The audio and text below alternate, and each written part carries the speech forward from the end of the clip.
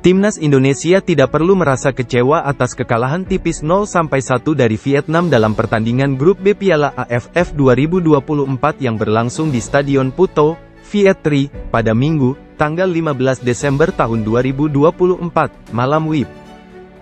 Justru, hal ini seharusnya menjadi pelajaran berharga untuk perkembangan karir para pemain muda Timnas Indonesia di kancah internasional. Kalah 0-1 dari Vietnam yang banyak memakai pemain senior bukan aib besar bagi Timnas Indonesia. Apalagi bertanding di kandang Vietnam. Timnas Indonesia yang sebagian besar pemainnya berusia di bawah 22 tahun berhasil menunjukkan bagaimana cara menghadapi tim kuat seperti Vietnam. Pertandingan memang kurang enak ditonton, karena Indonesia fokus bertahan. Namun, anak-anak muda itu menunjukkan mental kuat. Di bawah tekanan pemain dan penonton Vietnam, mereka tak banyak bikin pelanggaran berbuah kartu kuning atau penalti. Langkah yang diambil PSSI saat ini sudah tepat, meskipun ada kemungkinan Timnas Indonesia mengalami kegagalan di Piala AFF. Turnamen ini dapat menjadi kesempatan bagi Indonesia untuk mengukur sejauh mana kekuatan para pemain mudanya dalam persiapan menuju SEA Games tahun depan. Muhammad Ferreri dan kawan-kawan telah menyelesaikan 3 pertandingan, dan Timnas Indonesia telah berhadapan dengan negara-negara ASEAN dengan gaya bermain yang beragam. Mereka sudah menghadapi Myanmar, Laos, dan Vietnam. Saya kira pemain muda Indonesia sudah bisa mengukur sendiri kemampuan mereka di level mana. Selanjutnya potensi ini terus ditingkatkan hingga puncaknya di SEA Games mendatang. Latih Sintayong memberi kesempatan kepada semua pemain untuk merasakan atmosfer pertandingan internasional. Dengan begitu, setiap pemain juga bisa mengukur kemampuan mereka. Selanjutnya mereka bisa memperbaiki apa yang masih kurang dalam dirinya. Jika nanti Sintayong juga melatih tim ini di SEA Games Thailand, para pemain tahu keinginan pelatih. Timnas Indonesia dan Malaysia sepertinya mengalami nasib serupa ketika bersaing ketat di fase grup Piala AFF 2024. Kedua tim tersebut harus menelan kekecewaan saat berhadapan dengan tim-tim besar yang menjadi lawan terberat mereka. Selain itu, perjalanan Timnas Indonesia dan Malaysia di grup masing-masing menunjukkan kemiripan yang signifikan.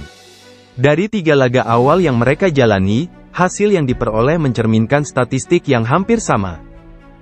Meskipun demikian, perbedaan terletak pada peluang mereka untuk melangkah ke babak selanjutnya. Timnas Indonesia masih memiliki harapan untuk mencapai babak semifinal, sementara Harimau Malaya menghadapi ancaman yang nyata. Jadi, bagaimana perbandingan perjalanan skuad Garuda dan Harimau Malaya selama fase penyisihan grup Piala AFF 2024 ini? Timnas Indonesia mengalami kekalahan pertamanya di Piala AFF 2024 saat bertandang ke markas Vietnam. Pertandingan yang dihelat di Stadion Viet Tri, pada hari Minggu, tanggal 15 Desember tahun 2024, berakhir dengan skor 0-1 untuk kemenangan tim tuan rumah. Vietnam memang merupakan salah satu tim terkuat di grup B, mereka dijagokan untuk menjadi juara grup. Skuad Garuda pun harus menerima kekalahan dari tim yang dikenal dengan julukan The Golden Star ini. Timnas Malaysia mengalami nasib serupa. Mereka juga kalah saat berhadapan dengan tim terkuat di grup A, yaitu Thailand. Pertandingan yang berlangsung di Stadion Raja Mangala, pada hari Sabtu, tanggal 14 Desember tahun 2024, berakhir dengan skor 1-0 untuk keunggulan tuan rumah.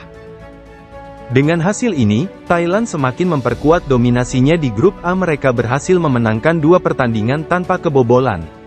Produktivitas mereka juga tinggi, dengan total 11 gol yang telah dicetak. Sama-sama kumpulkan 4 poin. Sejumlah catatan lain yang menunjukkan kesamaan nasib antara Timnas Indonesia dan Malaysia adalah hasil pertandingan mereka. Dalam 3 laga awal, kedua tim ini masing-masing memperoleh 1 kemenangan, 1 hasil imbang, dan 1 kekalahan. Tim Merah Putih memulai perjalanan mereka dengan mengalahkan Myanmar dengan skor tipis 1-0. Selanjutnya, mereka harus puas dengan hasil imbang 2-2 saat berhadapan dengan Laos, sebelum akhirnya mengalami kekalahan pertama ketika bertemu Vietnam dengan skor 0-1. Di sisi lain, tim Harimau Malaya bermain imbang dalam laga pembuka melawan Kamboja dengan skor 2-2. Setelah itu, mereka berhasil meraih kemenangan atas Timor Leste dengan skor 3-2, namun kemudian harus menerima kekalahan dengan skor 0-1 dari Thailand. Akibat hasil tersebut, kedua tim sama-sama mengumpulkan 4 poin dari 3 pertandingan. Selain itu, selisih gol mereka juga berakhir sama.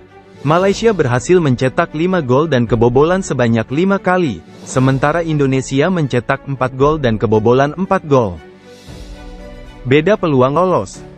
Walaupun timnas Indonesia dan Malaysia memiliki catatan yang serupa serta nasib yang hampir sama, peluang mereka untuk melaju ke babak gugur Piala AFF 2024 ternyata tidaklah sama. Saat ini, timnas Indonesia, yang dikenal sebagai skuad Garuda, berada di posisi kedua dengan perolehan 4 poin. Posisi ini bisa mereka pertahankan jika berhasil mengalahkan Filipina dalam pertandingan terakhir di grup B. Di sisi lain, timnas Malaysia, yang dikenal dengan julukan Harimau Malaya, saat ini berada di posisi ketiga grup A dengan 4 poin. Mereka berada di bawah Singapura, yang menempati posisi kedua dengan 6 poin, meskipun Singapura baru bermain 2 kali. Situasi ini menempatkan Harimau Malaya dalam posisi yang kurang menguntungkan. Singapura masih akan bertanding melawan Thailand dan Malaysia dalam 2 pertandingan terakhir mereka. Dengan demikian, Harimau Malaya perlu berharap hasil yang menguntungkan saat melawan Thailand, sambil berusaha keras untuk mendapatkan hasil maksimal ketika berhadapan dengan Singapura dalam laga penentuan. Harapan Malaysia untuk lolos bergantung pada hasil dari pertandingan-pertandingan ini.